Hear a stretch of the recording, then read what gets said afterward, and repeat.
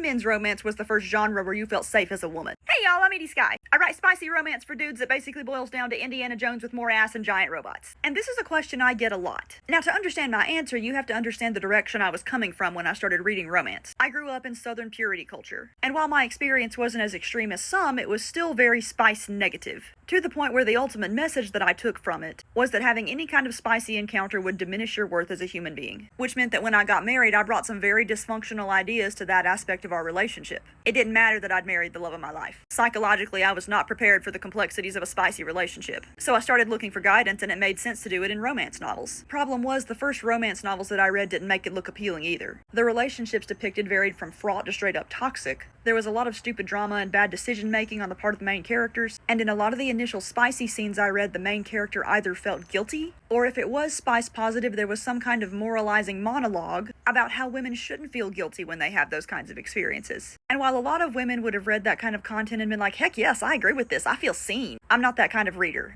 And I didn't want to read about characters who went through colossal trauma just to experience the slightest sliver of love. Now, I have since found some traditional romances that I liked, but at that point, women's romance was wholly unappealing to me, because it just kept associating negative ideas with spice. And then I stumbled upon men's romance. Men's romance is as simple as men are. Dude meets a hot babe, they go on a badass adventure together, and eventually they have spicy times. And the woman is not self-conscious about it. And there is no moralizing about it. And outside the romance, she gets to be a badass without question. She doesn't have to suffer to get any of that, she just is. Awesome and unjudged. And to read a woman's spicy experience depicted like that was not only refreshing, but freeing. And I very quickly found that it's typical of the genre. Yeah, some are better written than others. But because of that specific feature combined with generally positive and supportive relationships, men's romance became the thing that began to allow me to process that aspect of myself. And plus the adventures are just hecka fun.